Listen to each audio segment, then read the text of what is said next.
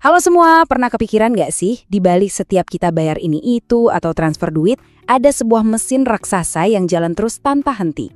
Nah, hari ini kita bakal bongkar tuntas gimana sih sistem perbankan di Indonesia itu sebenarnya bekerja. Iya, beneran. Dari gaji masuk ke rekening, bayar kopi pakai QRS, sampai transfer dana buat bayar tagihan, semuanya kan kejadiannya cepet banget. Tapi pernah nggak sih kita berhenti sejenak dan nanya, ini semua gimana caranya bisa nyambung? Yuk kita telusuri bareng-bareng. Oke, kita mulai dari yang paling dasar dulu ya. Anggap aja ini adalah awal mula perjalanan uang kita semua di dalam sistem. Nah, sistem perbankan itu bukan cuma sekedar tempat kita nabung loh. Ini tuh ibarat jantungnya perekonomian negara kita. Jadi, uang yang kita simpan di bank, sekecil apapun itu, dikumpulin jadi satu, terus disalurin lagi. Buat apa? Ya buat modalin bisnis, bantu orang bangun rumah, pokoknya buat muterin roda ekonomi. Oke, jadi uang kita dikumpulkan.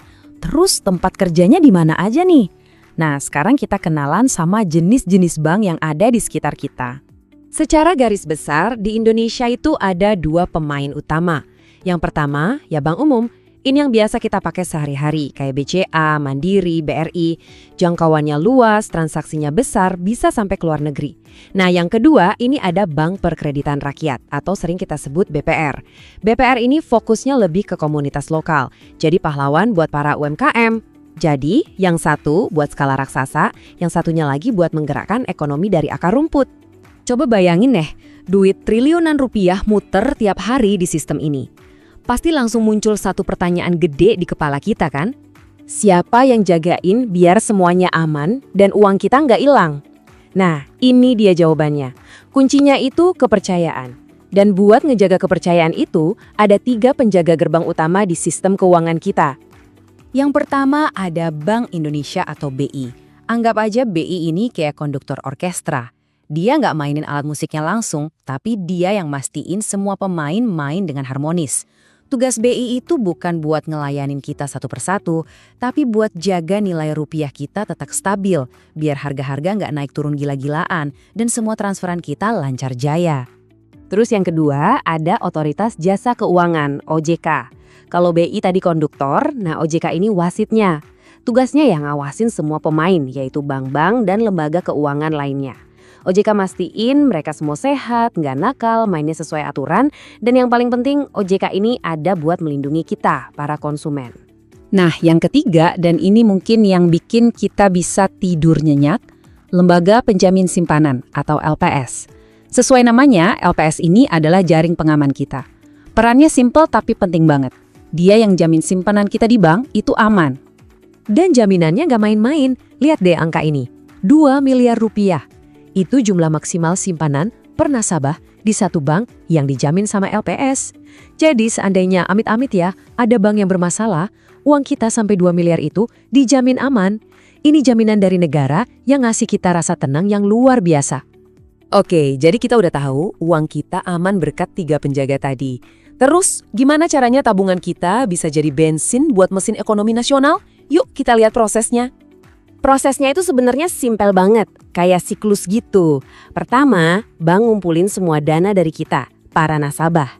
Kedua, uang yang kekumpul itu nggak didiamin aja, tapi disalurin lagi dalam bentuk kredit.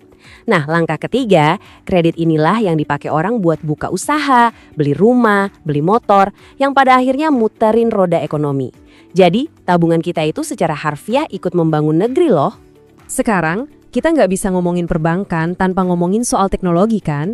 Karena inilah yang lagi mengubah total peta permainannya. Kita masuk ke masa depan perbankan.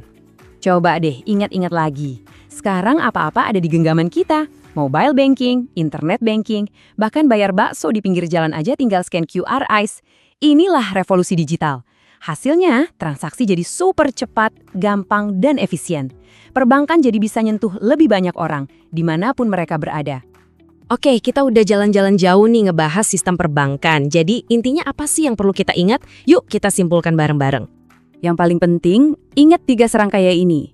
BI, si konduktor yang jaga harmoni, OJK, si wasit yang mastiin permainan adil, dan LPS, si jaring pengaman yang ngejaga tabungan kita. Mereka bertiga inilah pilar yang bikin sistem keuangan kita kuat. Jadi lain kali pas kamu lagi nge-tap kartu atau transfer uang, inget ya, di baliknya itu ada sistem yang super canggih dan diawasi ketat yang semuanya dirancang buat ngejaga stabilitas ekonomi. Dan sistem yang stabil itu ya ujung-ujungnya buat kita semua juga. Nah, ini semua membawa kita ke satu pertanyaan penutup. Teknologi udah ngasih kita kendali penuh atas keuangan kita sendiri. Sesuatu yang nggak pernah kebayang sebelumnya. Pertanyaannya sekarang bukan lagi apa yang bisa sistem ini kasih ke kita, tapi dengan semua kemudahan ini, apa yang bakal kamu lakuin? Gimana kamu akan memanfaatkan semua ini buat ngebentuk masa depan keuanganmu sendiri?